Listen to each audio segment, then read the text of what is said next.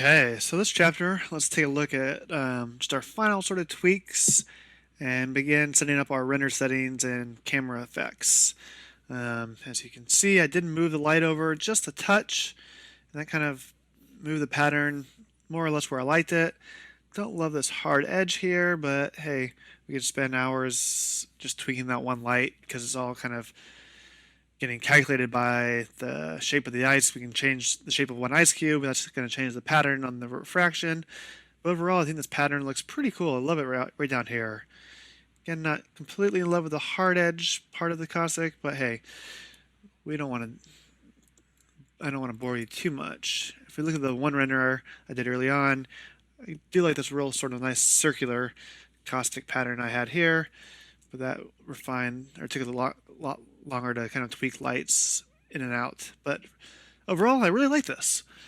Things that I don't like, so if I zoom into 100% here, hopefully this picks up on the video capture, is all this just noise and junk inside our render, all these splotches everywhere. So that's coming from our anti-aliasing. So we're definitely going to want to tweak our AA anti-aliasing settings.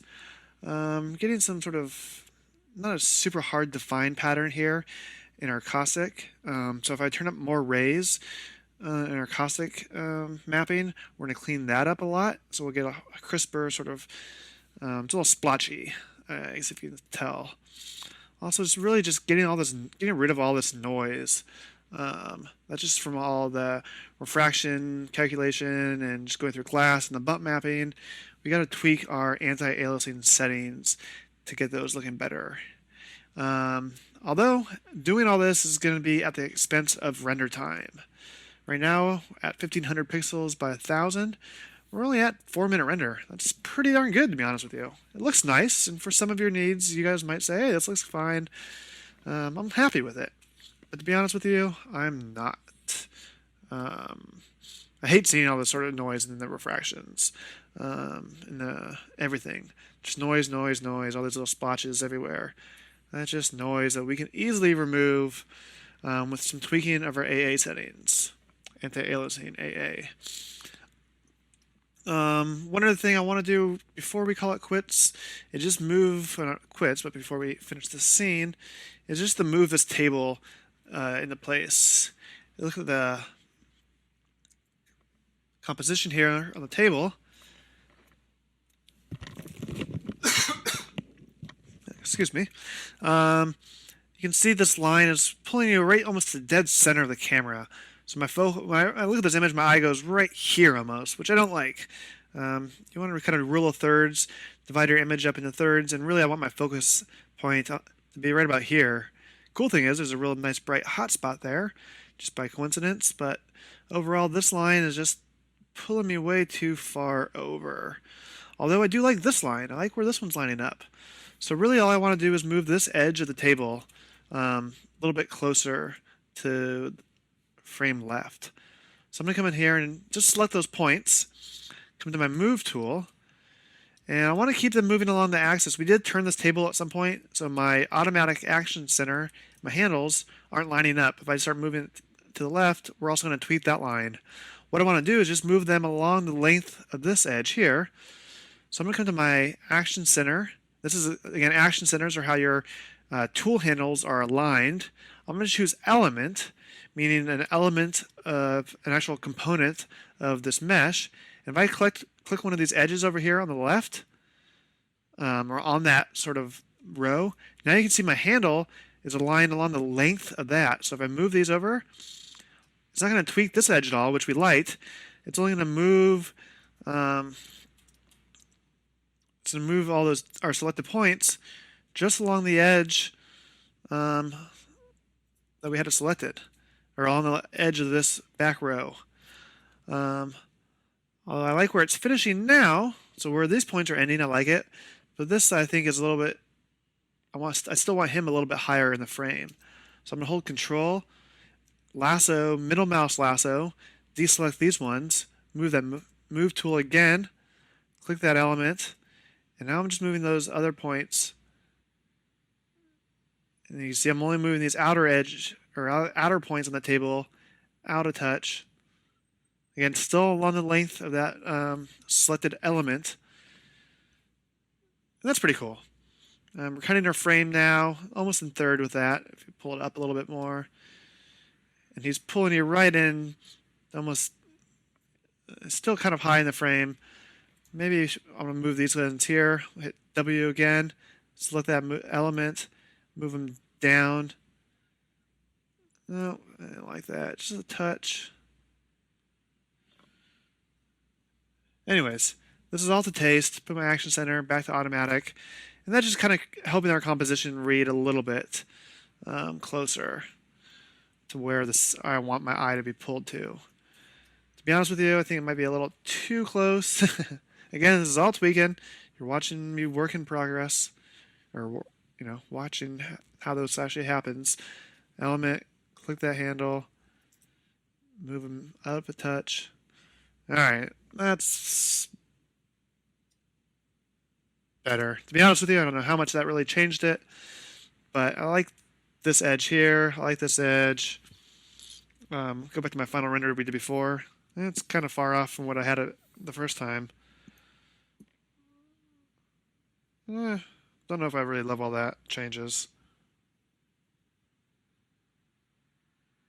But hey, it's good enough. I like it. Let's call it good for now. And right now, the only other thing I'm not loving in this before we really start final tweaking is how purple or dark blue we're getting on this rim. That's coming from that blue light we added on up here, which I love the blue down here on the table, but I don't love it here on this material. So what I want to do is just make it a little bit more of a chrome material. If I turn the diffuse, right now it's on 6%. If I turn that down to 0, we're not picking up any of the diffuse lights. We're not even seeing that, basically, the color from that blue light anymore. All we're really relying on to create this material is the reflections. But not so too dark. I want to make it a little bit more reflective. So I'm doing my reflection amount 25, and maybe the Fresnel amount up to 50, and maybe make my reflection color, instead of right now it's pure mid-gray, make it a little bit wider. So if I hold shift and pull to the right on this tab, go all the way, it's going to make it pretty darn reflective. You know what? I like that a lot better. It's kind of getting this cool sort of dark metal material, but we're still getting the reflections from this background image we have here.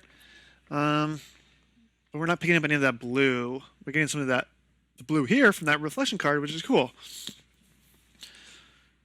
Again, this is all going to be what you guys want out of your settings. So next thing, final thing, let's really start dialing in our render settings. So to get rid of those noise layer, or that noise we're seeing, we need to turn up our anti-aliasing settings here. So we go to our render tab, our settings. First thing I want to do is add some more rays, anti-aliasing rays. Right now we're on 8. I'm going to turn this to 32. And I already know I'm actually going to probably turn this up way up higher when I start adding depth of field. But right now, let's just turn this to 32. And what we need to do is turn our thresholds, our refinement shading, and our refinement threshold down for better settings. There's always these little presets here. So if you hold this little down arrow here, and I click and hold there, you can see no refinement is actually worse anti-aliasing, but a 0.1, 100 samples per pixel is a fine refinement setting. That's basically a higher quality render. So if I turn this to 0.1 now, again at the cost of our render time, but it's going to be a much cleaner, crisper render. So it'll remove a lot of that noise.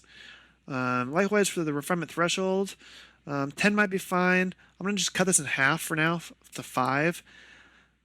Basically, lower numbers in these two settings are higher quality. So higher quality in the samples, you want more samples would be better. But in the refinement shading and the refinement threshold, a lower number is going to be a higher quality renderer. So 0.1 in the refinement shading, again, use the preset. That's a fine. And let's just drop this threshold down to 5%. If you want to have a better example or explanation of what's actually happening, come to your Modo's inline help section go in there and read all about the refinement shading, James Darknail does a good job of explaining it a little bit more scientifically than I am. But I just want to kind of get you some nice, good settings out of here by default. So 32 samples, 0.1, 5%. And now we're going to kick off another render. Again, it's going to be a much longer render, but let's just see what the quality looks like now. So render, and I'm going to pause that again because it's going to take a little while. All right, so already that helped clean up a lot. Also more than doubled our render time, changing those settings, but it's still not perfect. So what we're gonna have to do is really push these rays, and again, all the expense of the render time, which is the problem. But I'm gonna kind of drop that threshold down to 1%. I'm gonna add a lot more rays. You see all the sort of splotchiness to our light caustic. We're gonna calculate a lot more rays there, render time, and also we're still getting some dark values in these refractions. So I'm gonna bump that up quite a bit as well. So just quickly, let me show you where all those rays are. So refinement threshold, I'm going to go from 5% down to 1. Our refraction depth, I'm going to just double that to 24. That might be let's just do 20. I think that was 20 will hopefully do it. Come to our global illumination tab over here and change our total photons from 100,000. Let's just add a 0 up to 1,000,000. So that's going to calculate a lot more rays. I'm even going to go, we'll leave it at 1,000,000 for now. Might even turn that up higher, to be honest with you. So that's going to help a lot. But we don't really necessarily want to completely always re-render that every time. If you come to our render window and look where a lot of that noise was happening, right down here we can see some of that noise in the bottom of this cube, and kind of all those noise down here on the caustic. You don't always want to render the whole thing. It takes a long time to calculate all that. What we can do is only render a small part of the image and see what that looks like.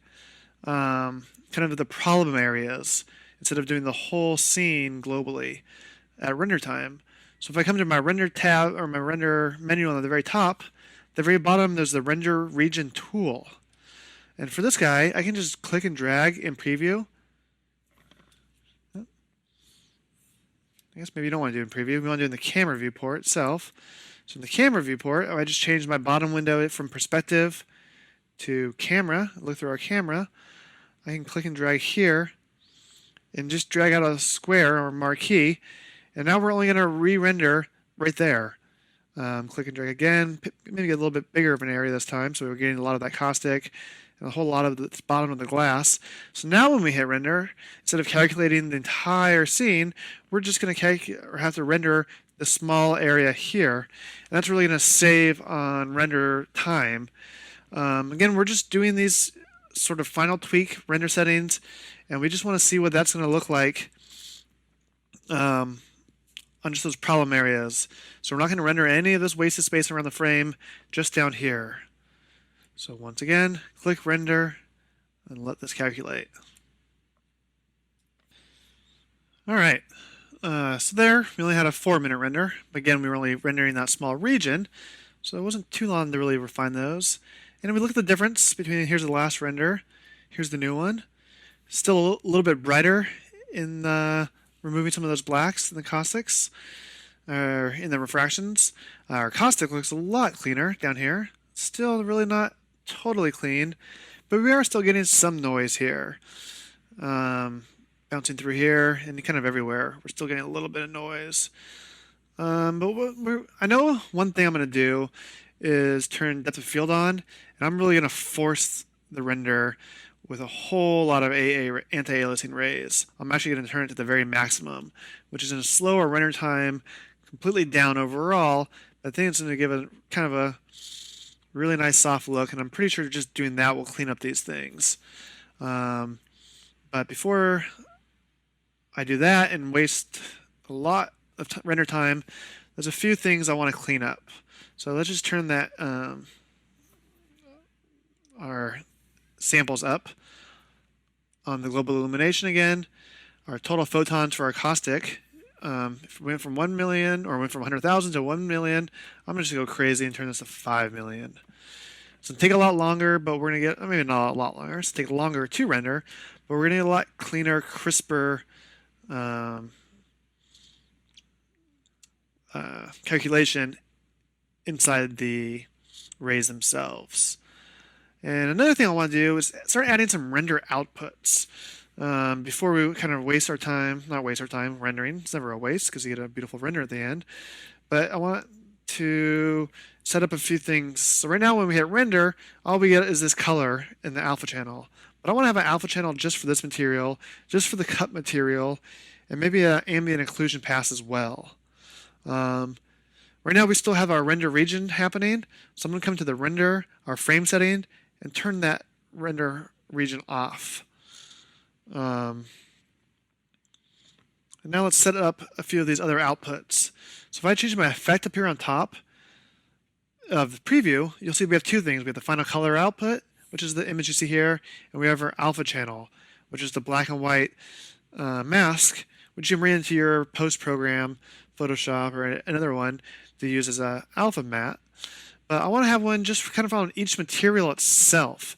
If you're doing product shots or things like that, it's really nice to have just a broken up alpha channel per material. So to do that, we can just duplicate this alpha channel in the list. I do right click, choose duplicate. I can drag this right down to the glass material. So now we have two alpha channels. Now if I have one, do alpha up here, we have one just for that glass, and do another. We have one for the whole scene. Because there's transparency on here, we're actually getting the transparent options on that. So we would have to do a separate render and change our base shader or shader instead of alpha type opacity, turn him to constant. And now that would be a pure white alpha channel for this guy.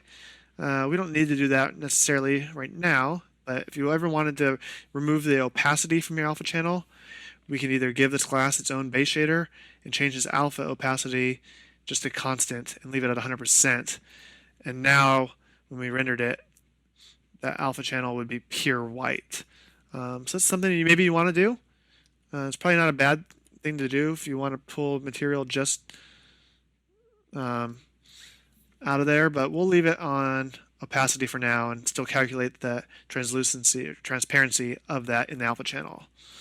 Come to the table edge, that's this material here. Let's duplicate that alpha channel,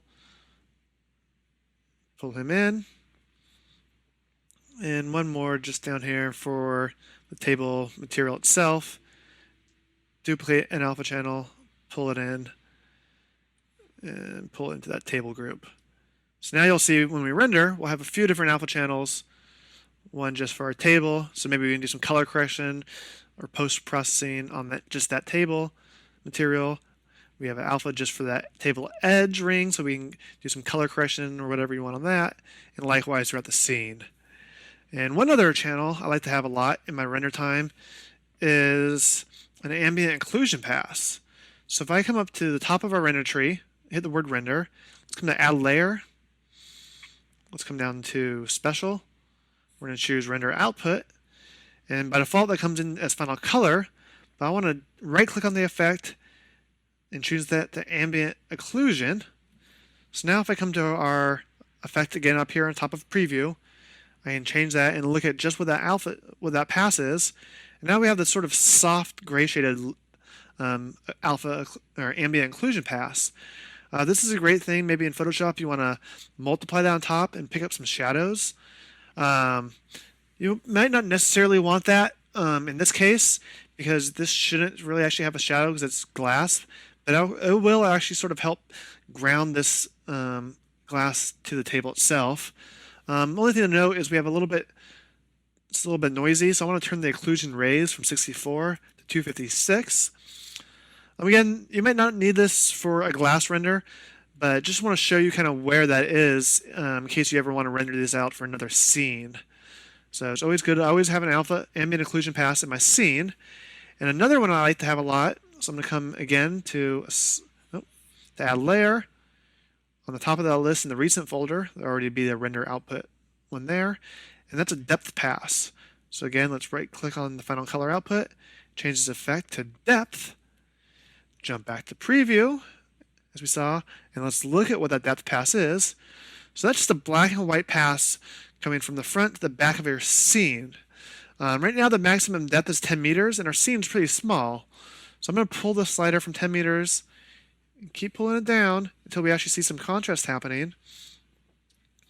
And now we actually see it's basically going to be white where the camera is and black where the back of the scene is. Since there's nothing back there, it's going to go right to black default anywhere past there. But now we have this cool layer, which in Photoshop or your other programs, you can use this as a alpha channel or a mask for a contrast layer and just pull some contrast out. You can do post depth of field in a post-processing program. So it's basically just putting a depth gradient all the way from white where the camera is and black to where we define our maximum distance is. Again, the scene's kind of small, so it's hard to really see that gradation happening along the depth here.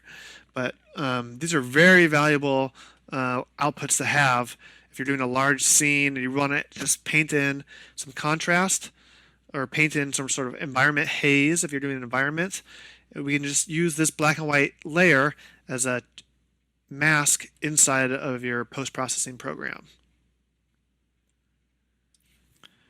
All right, so we're getting really close here to render. We got our render output set up. We're gonna have a couple different passes in post. Quickly, soon I'll show you how to turn on our depth of field. But one thing I have to be honest with you is I gave you maybe a little bit of ill advice setting this scene up early on. What we were doing earlier was doing two environment sort of images. One that we see through the camera, which we see here, which was that background image we had here.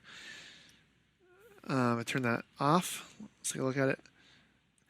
And that was just kind of giving us just straight behind the camera. We saw that image, but we had this other one mapped around it, which was giving us the overall reflections.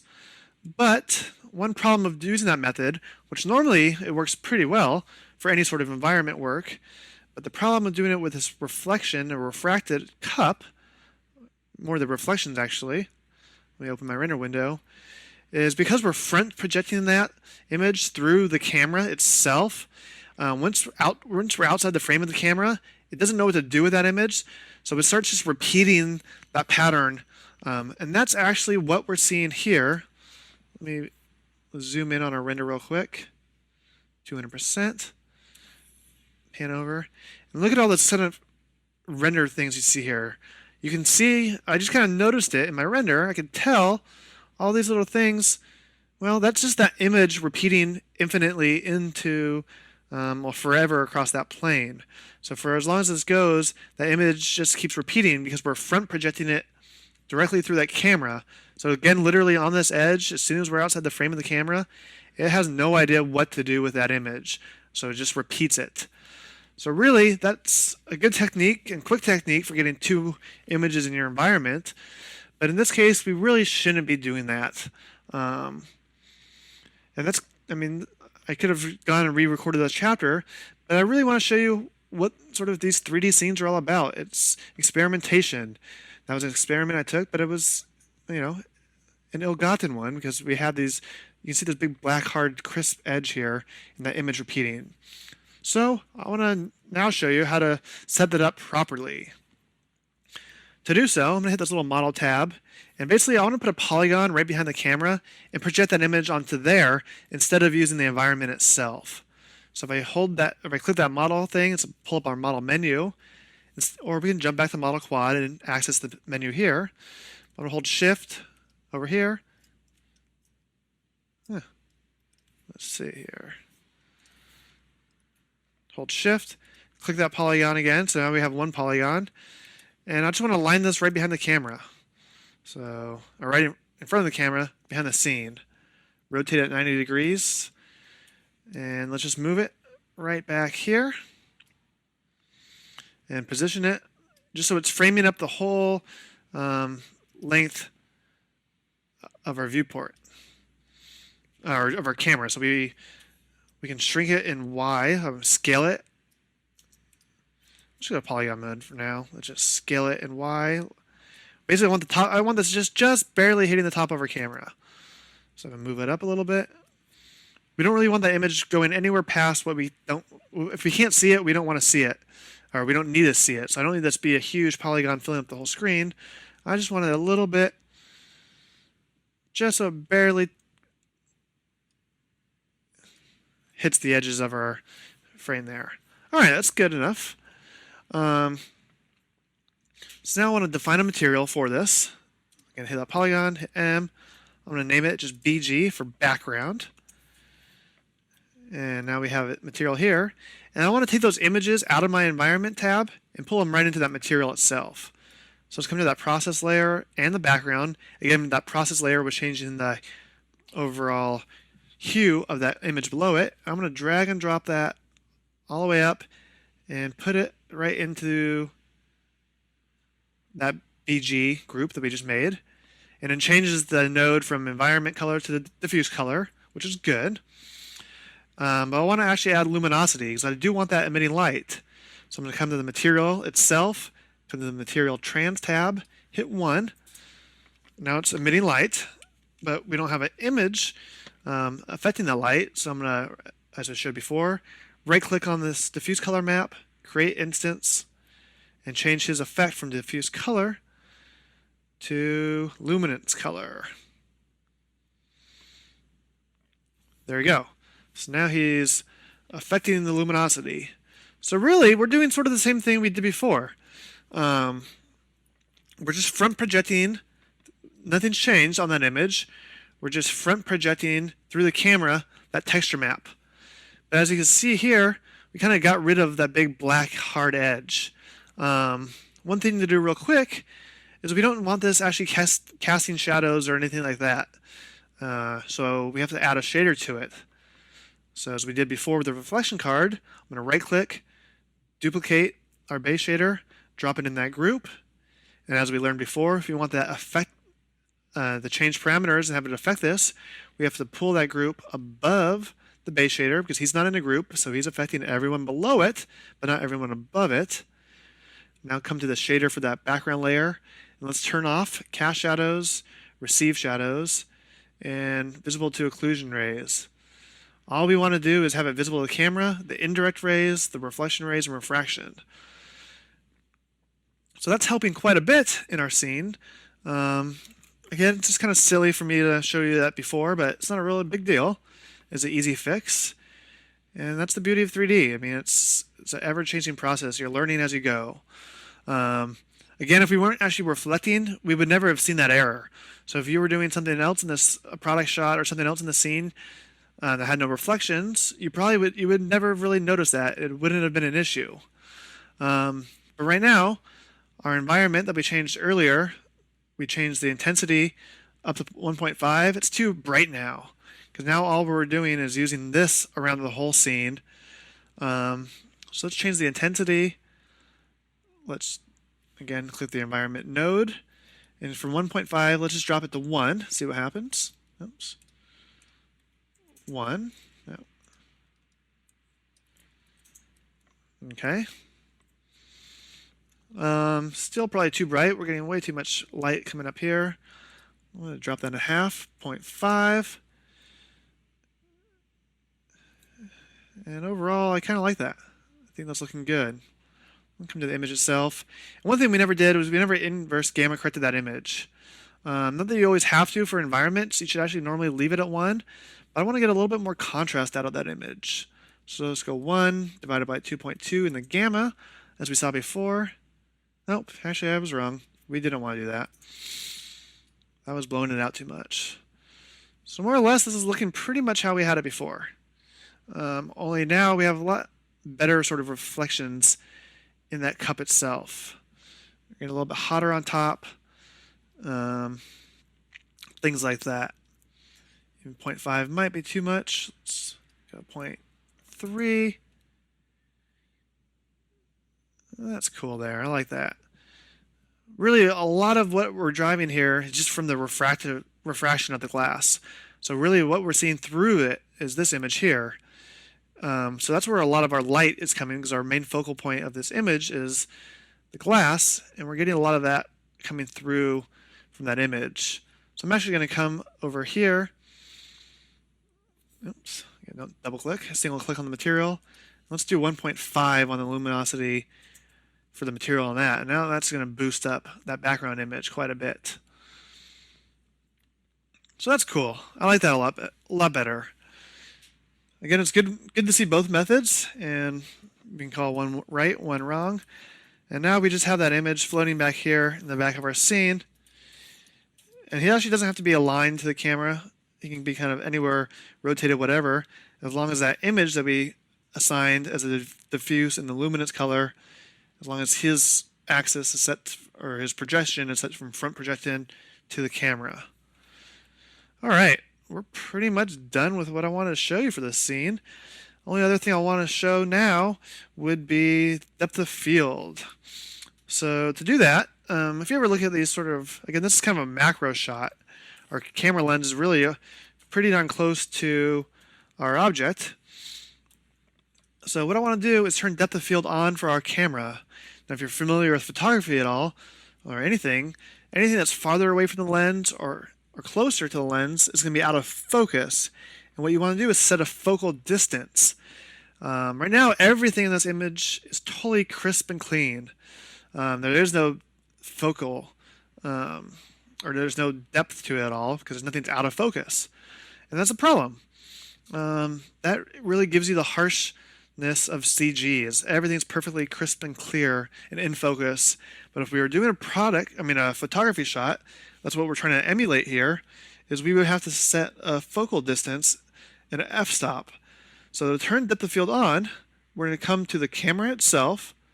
So in the item list, just click the camera, and then come to the camera effects. Before we showed you some other things, the focal length. But now we want to come to the camera effect and enable on the top here, depth of field. And first thing you're going to notice is everything is now blurry. It's out of focus, because our focal distance is set to 4 meters. That's actually what we see here is the edge of your camera. That's actually our focal distance. So it's way past the entire scene. So everything is blurry now. So what we can either do is take this text field and just drag it to left and bring our focal distance a lot shorter. You can see it now, it's closer. Or if I just activate the move tool with Modo, that little blue handle, that's our focus distance right there. So if I just zoom in, grab that little blue dot, and just keep pulling it closer to the camera, because really what we want it to be in focus is the ice cube right in the center of that glass. So if I just keep pulling it closer, closer, closer, and release, let's shift A here. So now you can see pretty much that center of that first ice cube is in focus. I want to pull it even closer. Now you might think we want the center of your glass, or the first part of our glass, to be in focus, but then the ice cube would be out of focus. So really what I want to focus on is, just kind of rotate to the side here. It's really right, that very first piece of glass, or ice. So pull it even closer.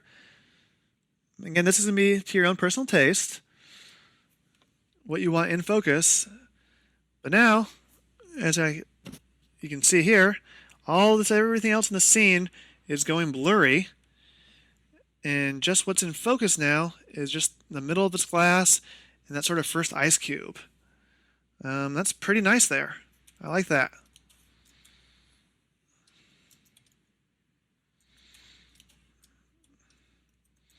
Scale this image up a touch. All right.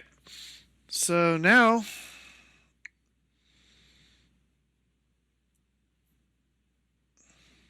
we got this kind of in focus now. The glass is in focus and everything else is out of focus. The background's now, you can't see it.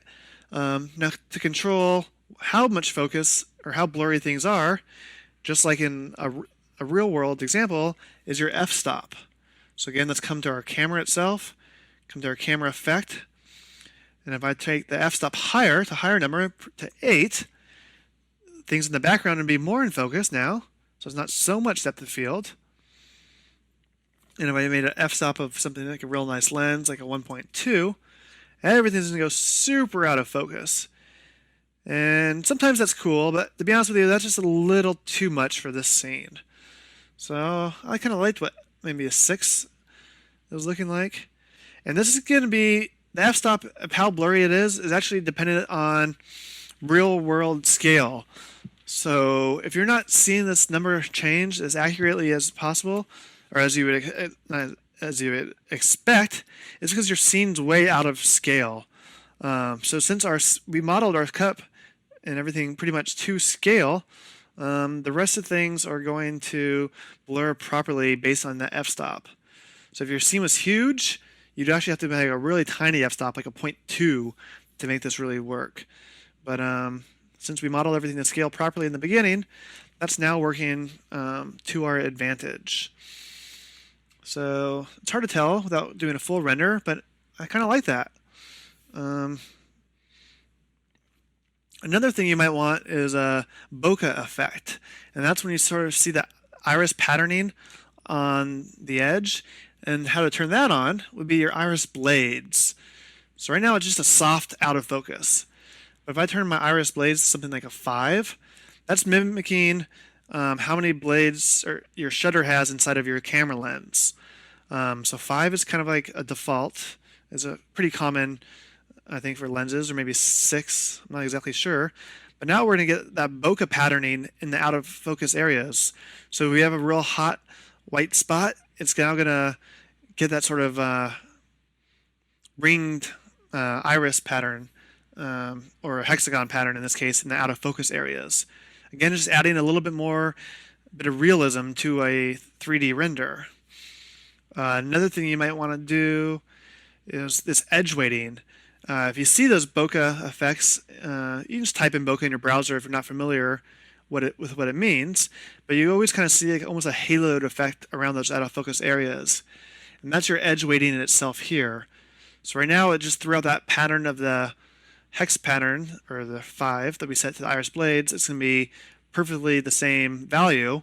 But if I turn this edge weighting up to something maybe like 80, and this is all kind of to taste, and we can't actually see it crisp or totally realistic until we do a full high-res render, and we can really zoom in on those out-of-focus areas. But now with the 80%, it's going to send a little bit more value to the outer edge of that halo, or the outer edge, or the outer edge of the bokeh ring. So now there'll be a little bit of a halo towards the outside edge, putting your edge weighting to 80. All right. So that's honestly all I wanted to show you in this tutorial. I think we went through quite a bit, but I'm gonna hit render now. Well, I already know, I'll be honest with you, I already know 32 samples is not gonna be enough to get really crisp, clean depth of field. So I'm just gonna turn this all the way up to 128 now. And it's, again, at the expense of my render time, but when you're rendering depth of field, you need a lot more anti-aliasing rays. That's just the nature of how that works. So it would have been noisy at 32, and to be honest with you, it might still be noisy at 128. I'm going to hit render and then follow back with you in the next chapter and just kind of take you through what that render looks like and if there's anything else we could change. But I think we went through quite a bit in this chapter in terms of just final sort of scene prep, our anti-aliasing rays, fixing our environment node. Again, these are all things you do at the end. You get close, render a few times, and just tweak. To be honest with you, it might still be some tweaking after this, but for now, I'm going to hit save and come up and do a render and catch back up with you once it's done.